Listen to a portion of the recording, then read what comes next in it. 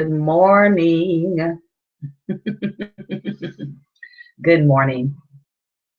Welcome, welcome, welcome. And we are on our last day of this particular book. And I'm actually going to go back and read a couple of pieces from another book. But we are ending our book talk today, White Like Me, Reflections on Race from a Privileged Son by Tim Wise. This is day 30. And we're going to close up reading this book.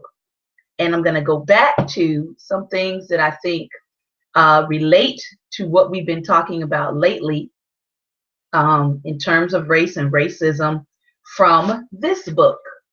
If you don't have this book is platinum. This book is golden for the age in which we live in now. We did a study on this thoroughly a couple months ago, and you can look at those teachings under my playlist MLK Uncut on my YouTube channel here, which is Church Love 333 is the YouTube channel, and the playlist is MLK Uncut. This is MLK's seminal work, Where Do We Go From Here? Chaos or Community. And if you're living in America, you know right now we have actually chosen chaos as opposed to community. So I'm going to go back and I'm going to read some pieces from here because I think it applies directly to what we are seeing, especially in terms of after the election. So we are back and we are finishing up White Like Me. We're going to take a break and we'll be back after Thanksgiving to begin our new book series, which is going to be Between the World and Me by Ta-Nehisi Coates. And that is going to be another reflection of race from the perspective of a Black man speaking to his son about what he needs to know about life in America as a Black man. So we are excited about starting that book reading after Thanksgiving holiday. So if you want to join us in that reading and reading along, you can purchase the book. I believe it's available online, or you can purchase it at your local bookstore. And it's called Between the World and Me. And the author again is Ta-Nehisi Coates. So let's get rolling on this last section of Tim Wise's book for today. And it's going to close us out. And he's really, I do appreciate him because he's really been really good at tracking what has happened in his life, but also tracking what's happening racially in America. And so again, Tim Wise, in case you don't know who he is, he's an anti-racism activist. And this particular book of his is chronicling his life as a white person in America, things that he's recognized, things that he noticed, how he grew up, privileges that he recognized that he had, and also how he got into becoming an anti-racism activist and working in the political realm to stop people like David Duke from getting elected to office in Louisiana. And if you've been keeping up with news, you know that David Duke came back onto the scene and ran again for public office in 2016, this year. And he managed to get 57,000 votes in Louisiana, which is about 3% of his particular parish there. And 3% is still too much. You know, that means there's 3% of the people in Louisiana who have no problem with electing a former grand wizard, grand knight, whatever you want to call it, of the KKK. That's still too many people that are that comfortable with hate. So what we're reading today, Tim Wise is closing out, and he's talking about this idea that we went into yesterday, but this is the last day of this reading.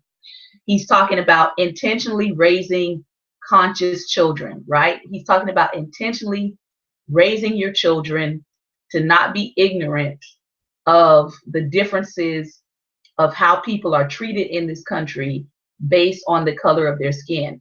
Now, most of us realize and most of us know that because of the human heart being as wicked as it is without God, most of us know that this is a battle, right? That this is something that the generations to come will probably still be dealing with until Christ returns because of the nature of man's heart.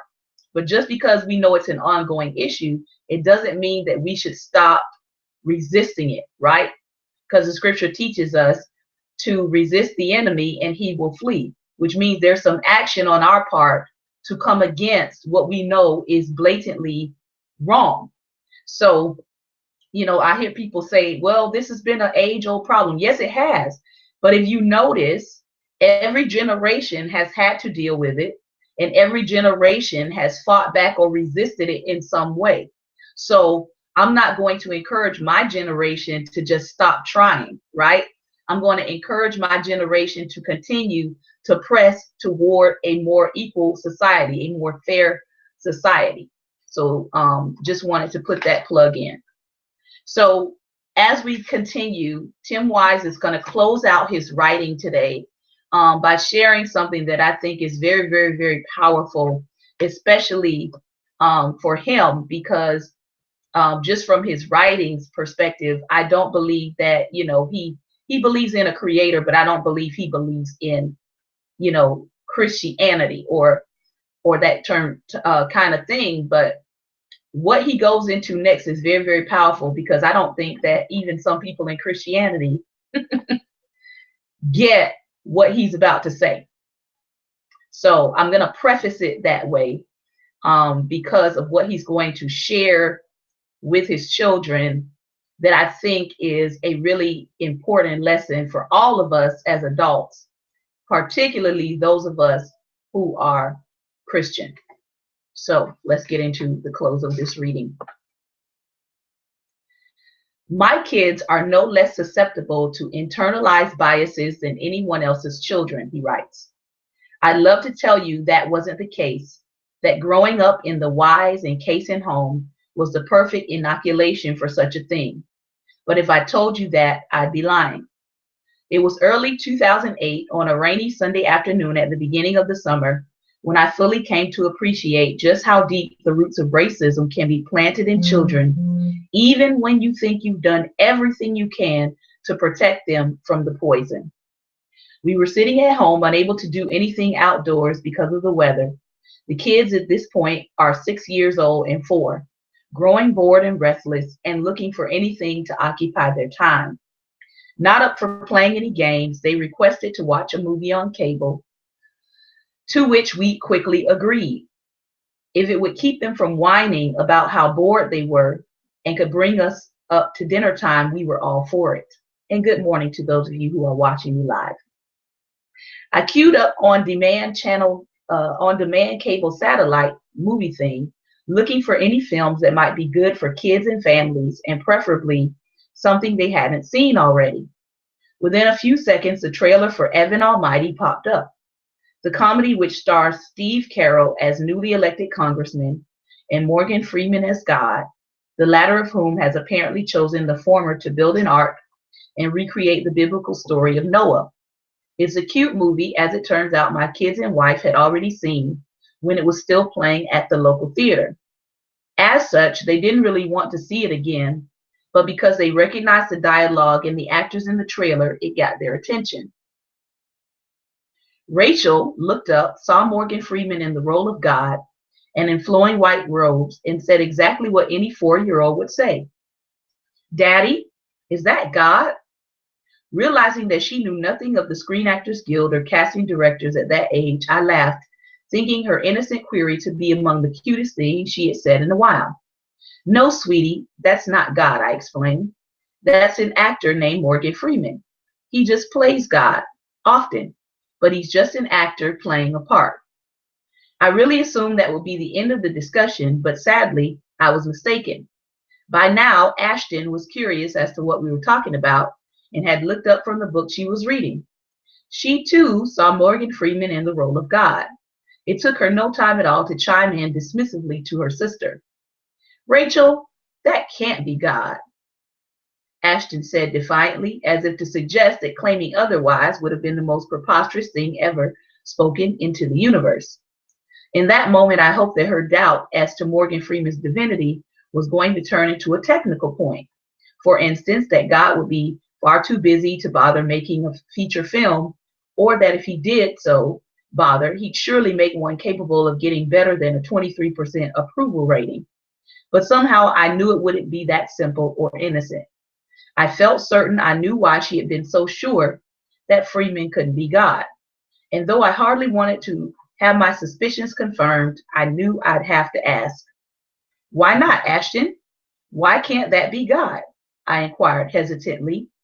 In the split second before she answered, I had this fantasy in which she replied with an answer quite different from the one I anticipated. I hoped that perhaps she would say that Freeman couldn't be God because God was a woman. Better still, I wished for some existential answer like, "Oh, Father, what is God anyway?" A proclamation of skepticism would have been a welcome relief in that moment. But I got nothing of this kind. Rather, she responded as I knew she would, without any sense of irony or misgiving. That can't be God because God isn't black. God is white. Now, it probably won't surprise anyone reading this book to learn in our home that there are no racialized images of a deity. There are no pictures that would have given my children the impression at such an age that God had any racial identity, let alone that the said identity matched her own.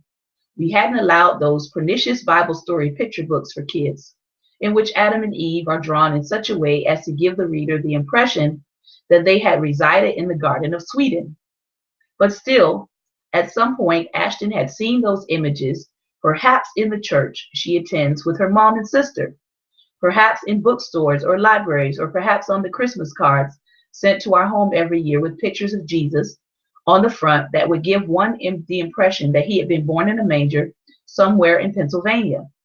No matter our own efforts, she had internalized the notion, good morning, she had internalized the notion that divinity was white like her, not black like Morgan Freeman, or for that matter, like several of her friends and classmates or her kindergarten teacher that very year. At first, I asked why she had said that, and of course she offered the standby 6-year-old answer given for pretty much every question. I don't know. I thought a while about how to process the event, and a little later decided to revisit the subject. So, Ashton, let me ask you about the whole color of God thing, I said. What about it? She replied. Well, let's think about it for a second. So, tell me something. What did God do so far as the story goes? God created everything, I guess, she said. Okay, I replied. So, God created people? Yeah, came the answer. Okay, I continued. So, where were the first people? I asked this knowing that she knew the answer.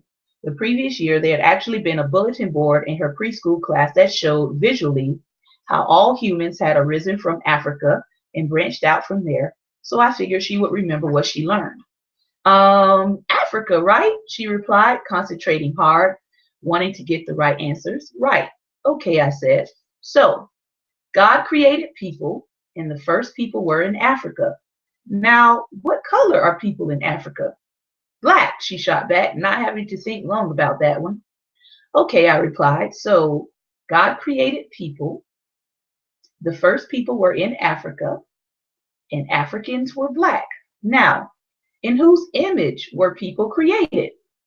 This one stumped her a bit. After all, she was no biblical scholar.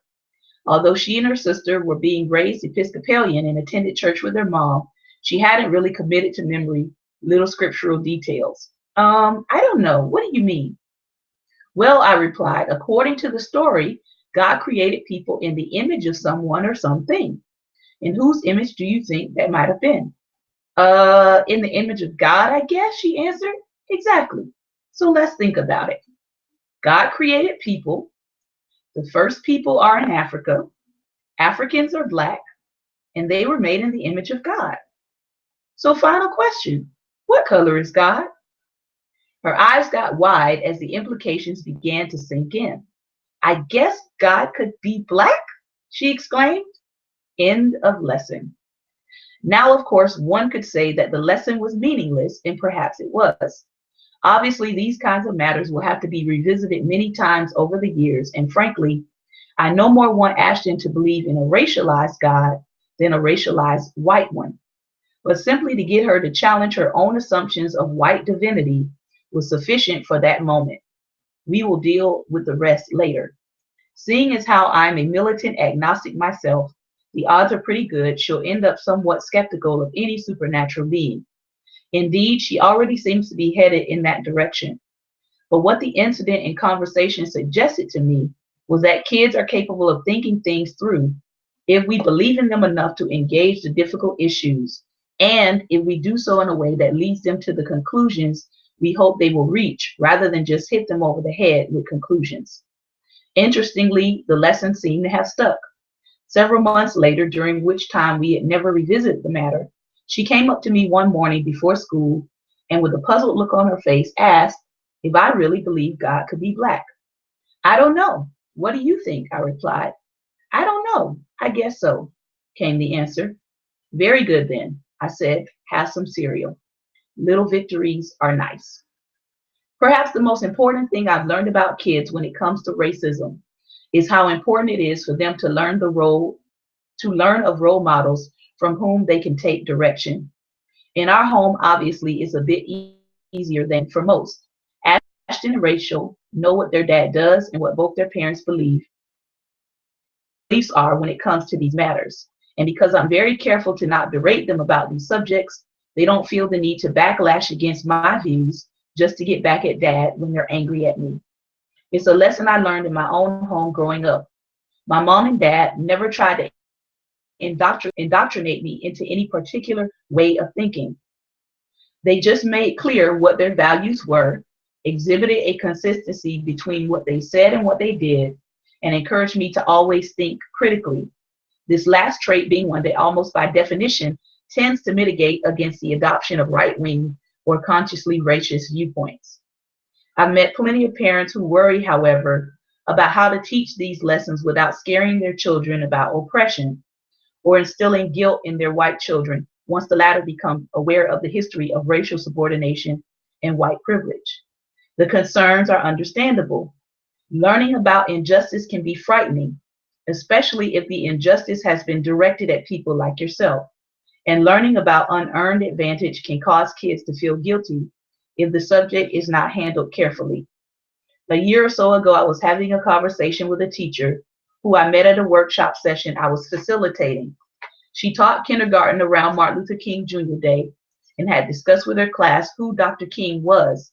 She didn't want to pull punches or soft pedal the matter, so she had been brutally honest and straightforward about the subject. A few days later, she noted she got calls from both white and black parents complaining about the lesson.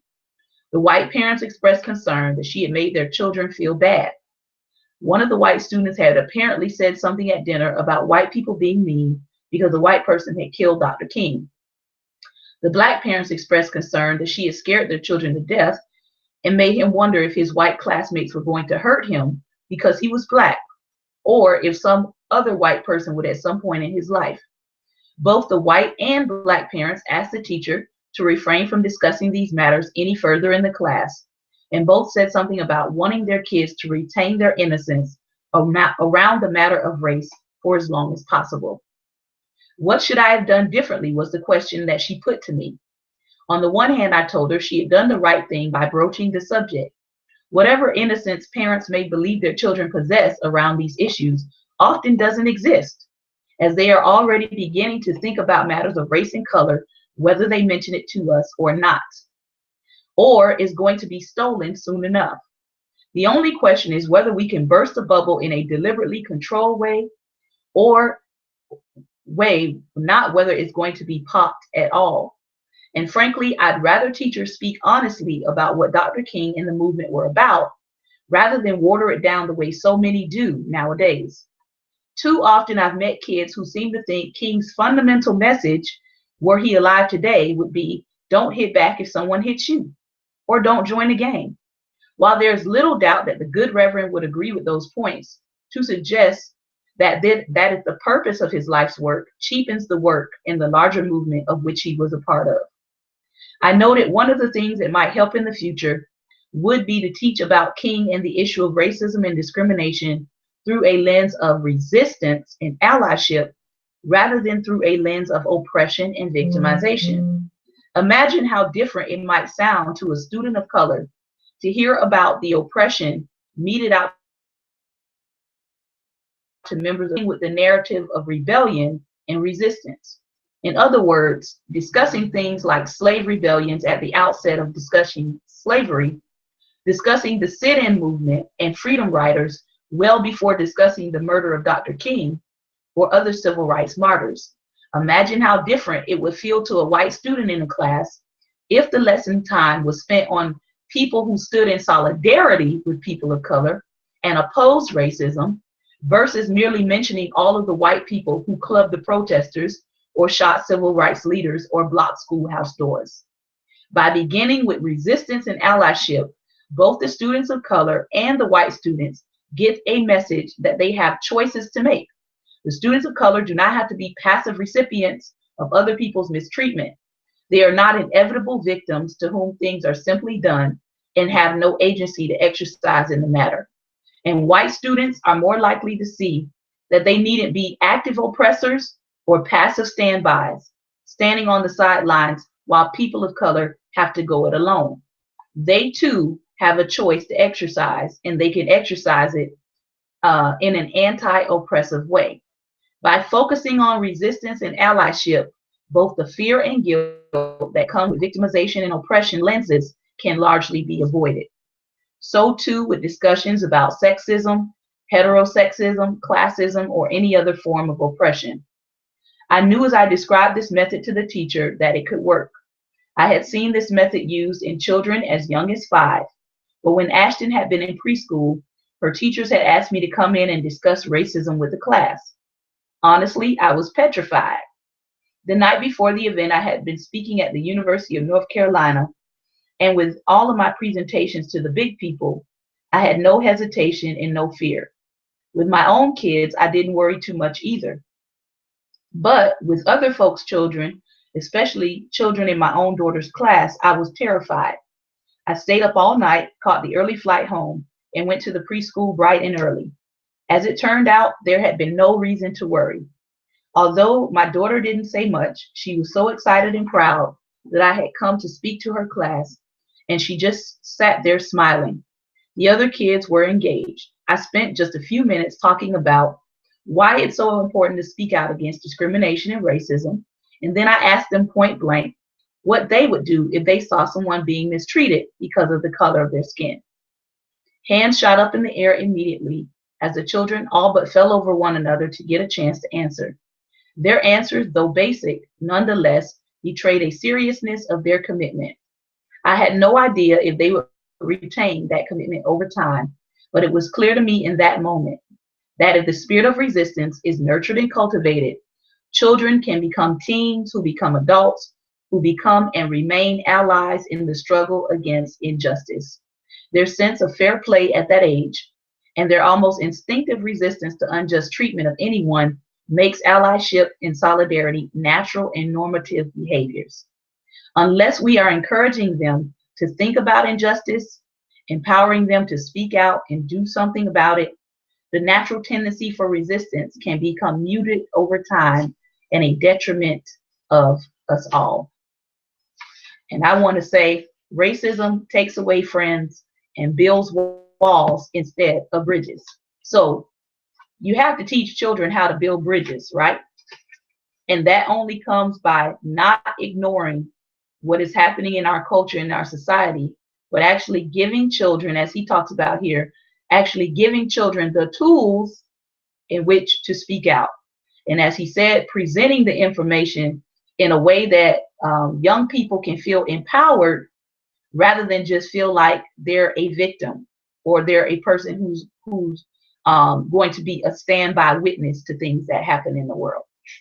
So let's go into our last couple of pages of the reading for today. As I was writing this book the first time, I stopped to read a few of the stories to my wife, some of which she had heard me speak before, but several of which she had not. Once I finished reading a few more disturbing vignettes to her, it was apparent that she was upset. Sometimes it seems so big and so awful, she lamented. It makes me wonder if things are ever really going to change.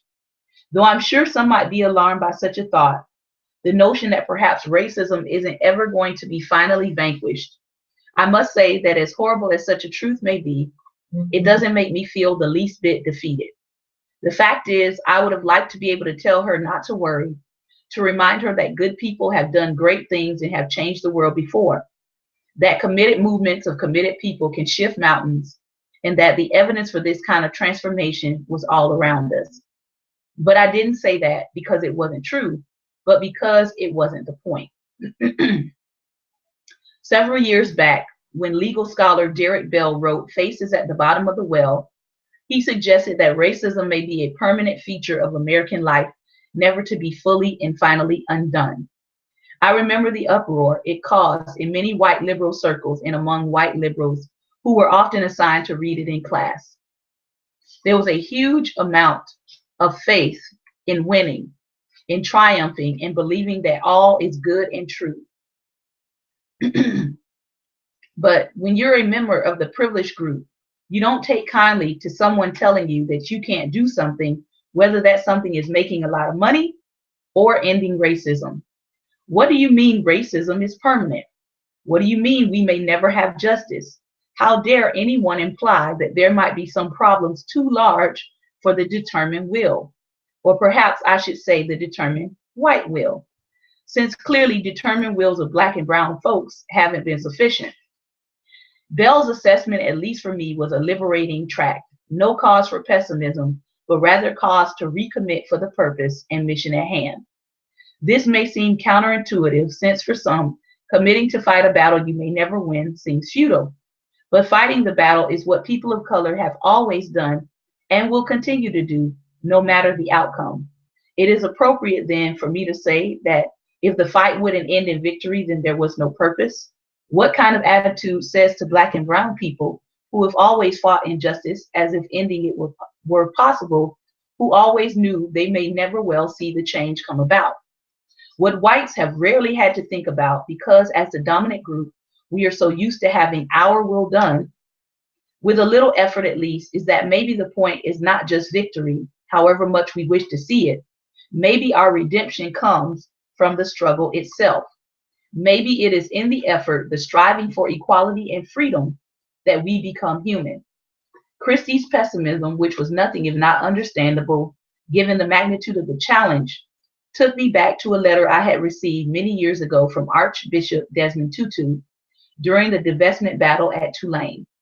It was almost as if he were reading our minds, or at least mine, knowing that I was doubting the relevance of our efforts.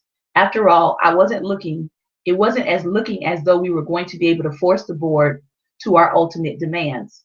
And even if we did obtain divestment, or getting the board to divest of interest in maintaining white supremacy in South Africa, would things really change as a result? His letter was brief, but in its brevity offered an obvious yet profound rationale for the work of any freedom fighter. You do not do the things you do because others will necessarily join you in the doing of them, he explained, nor because they will ultimately prove successful. You do the things you do because the things you are doing are right. There's much to be said for the simplicity, as it's usually a lack of complication that allows people to feel, to remain in touch with their humanity, a humanity that can sometimes be distorted by too many layers of analysis and theory. There is redemption in struggle. Let's be honest.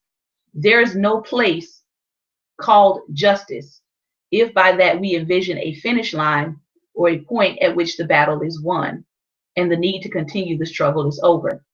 After all, even when you succeed in obtaining a measure of justice, you're always forced to mobilize and defend that which you have won.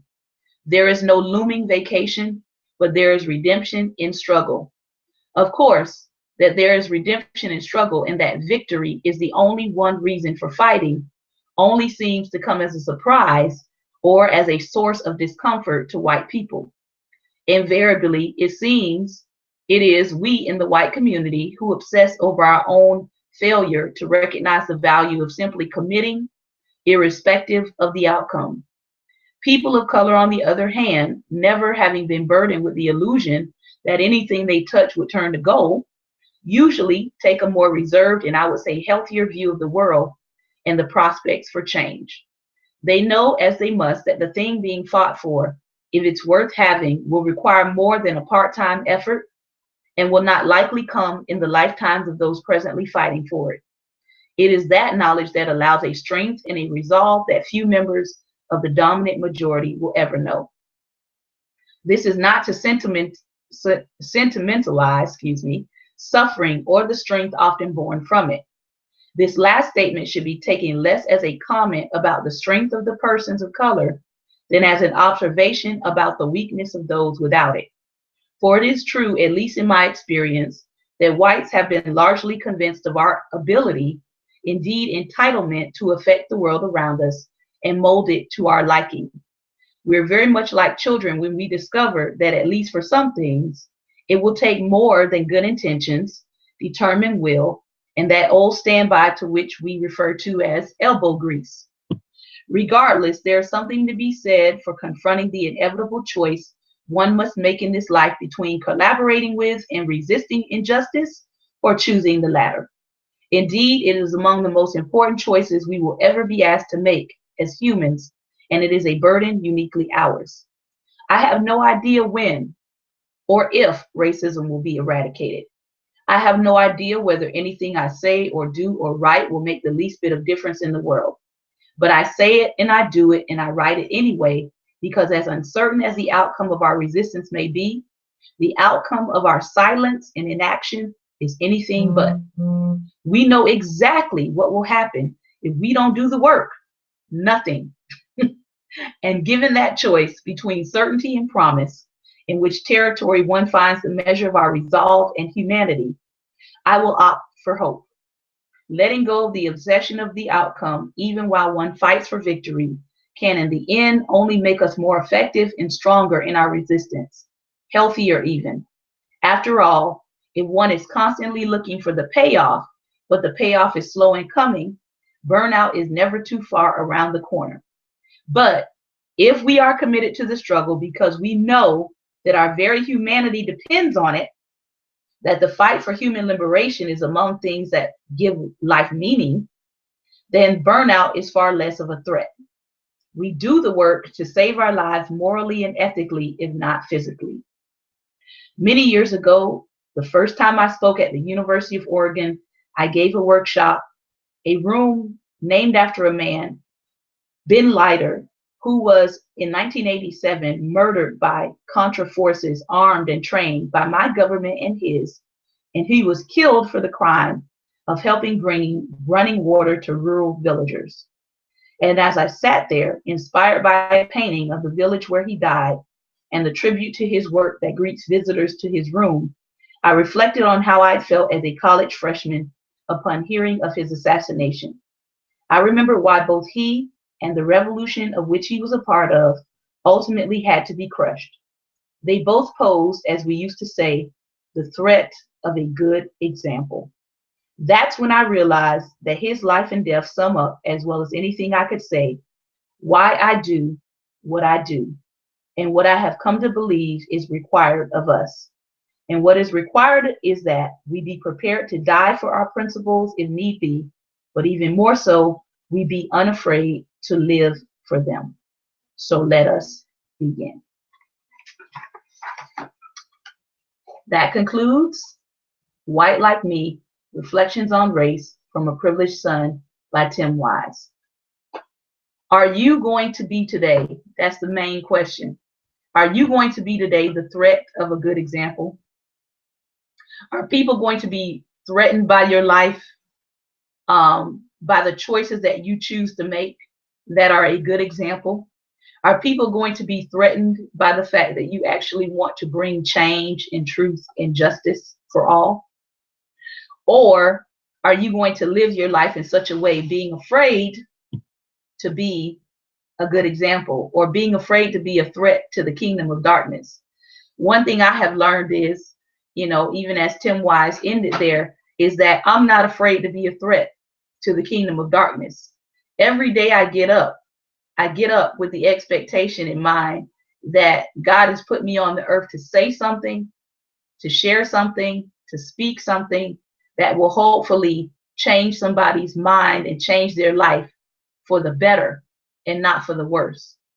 I get up every day knowing that there's a possibility that I might not see the close of the day.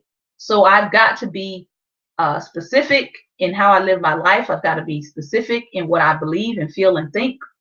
And therefore, I'm not afraid of darkness. And I'm not afraid to address when darkness is coming against the kingdom of light. I want to go back to something that MLK said, because now that we're having these issues in our country with Nazism and white supremacy and fascism being on the rise, you know, we warned probably for at least a year and a half now of what was coming around the corner. Many people thought we were crazy. Many people thought we didn't know what we were talking about. But if you were a student of history, it was very easy to see where our country was going. And this is something that MLK pointed out in his work. Where do we go from here? Chaos or community? I want to read it for the record. It's on page 12 of his book here. And I want to read you exactly what MLK said about our country. Okay? Let's see.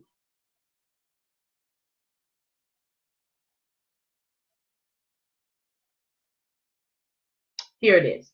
Let me start at page 11 so I can give you some context for what he says here. He says, it would be grossly unfair to omit recognition of a minority of whites who genuinely want authentic equality. Their commitment is real, sincere, and is expressed in 1,000 deeds. But they are balanced at the other end of the pole by the unregenerate segregationists who have declared that democracy is not worth having if it involves equality. So MLK 50 years ago said there are people in this country known as, at his time, the segregationists, who basically had decided that democracy was not worth having if it involved them being equal to other people. In other words, they did not want equal rights for all people in this country.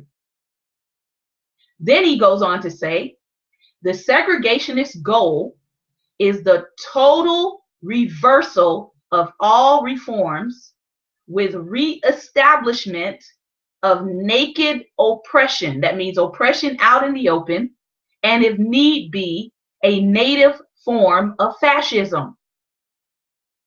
He called this 50 years before what we're seeing today. Listen, he says, America had a master race in the antebellum South. Reestablishing it with a resurgent Klan and a totally disenfranchised lower class would realize the dream of too many extremists on the right. Exactly what he prophesied is exactly what's happening right now.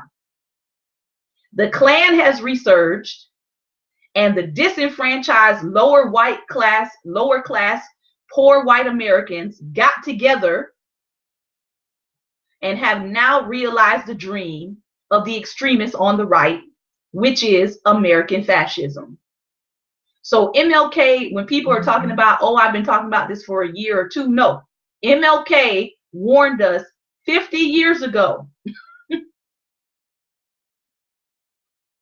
that if we did not deal with this attitude, that we were going to see it arise.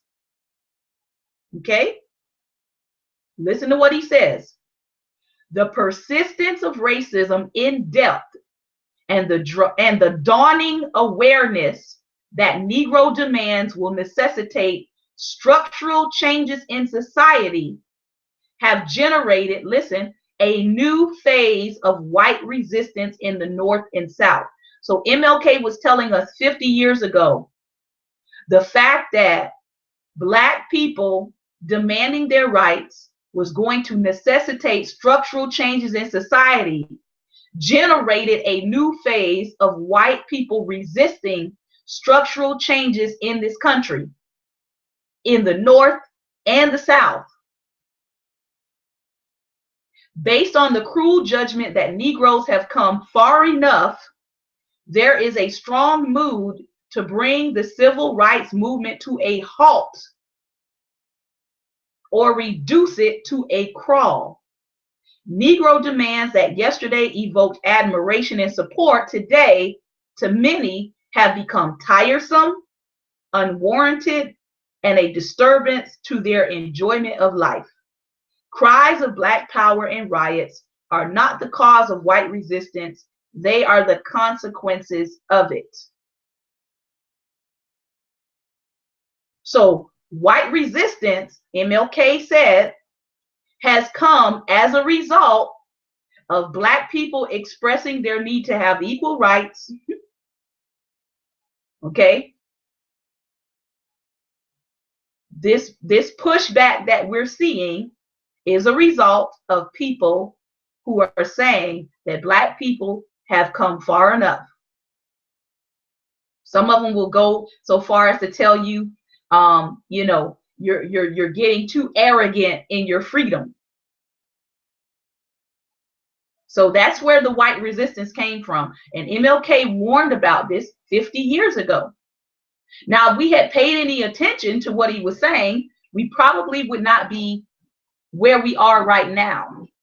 But because America chooses and is still choosing for the most part to deny the underpinnings of our racism in our society, this is where we are. We have a group of white people that believe that we're past racism and that we're post racism. But then you have the other group of white people that are saying, no, we're not. We're not past it. And as a matter of fact, we're going to push back on what we feel like is Black people getting too many rights in this country. We don't want, these people are saying, we don't want to be equal. That's what they're telling you.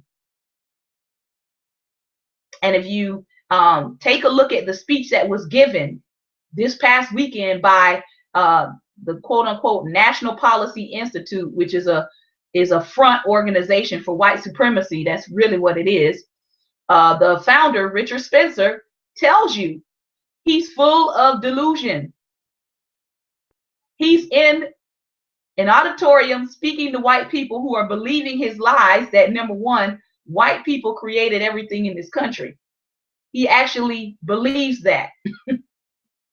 That all the contributions came from white people. He actually believes that. And there are enough people that actually believe that with him, that were agreeing.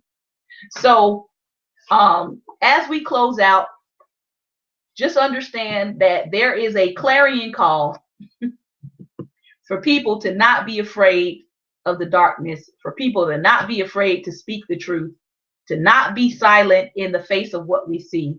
And as Tim Wise said, really training the next generation to not be colorblind, but to actually see everybody and see diversity for what it is, something that God created. So this concludes our book talk for today. And we are going to take a break, and we're going to give people an opportunity to enjoy their holiday break. And then we're going to come back after the holiday, and we're going to begin our next book, our last book for the year, which is Between the World and Me by Ta-Nehisi Coates.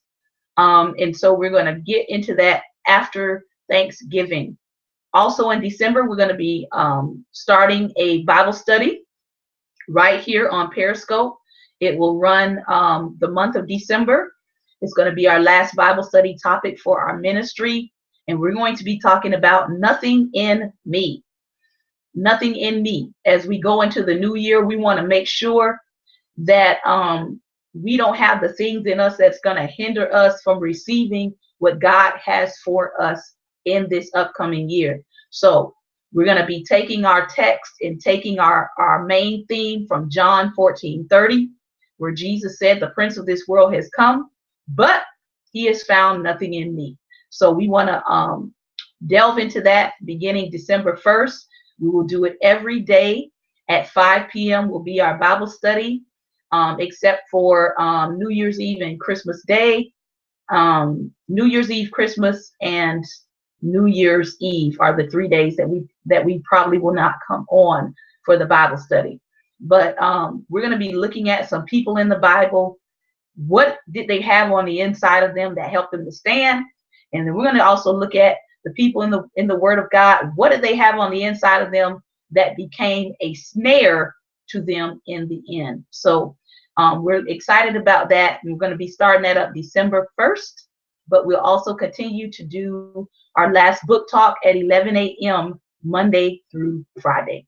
So I hope that you guys are having a great and wonderful day. For me, it's Teachable Tuesday. I am alive and thankful, and I'm always willing to learn from someone else. So one last thing, I have some giveaways. If you would like a free download of my CD, I'm going to be giving away 3 today.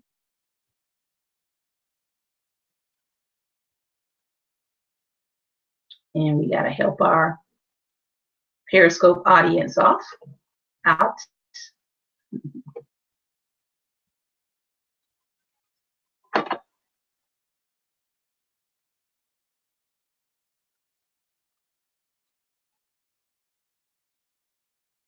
Again, thank you all so much for viewing.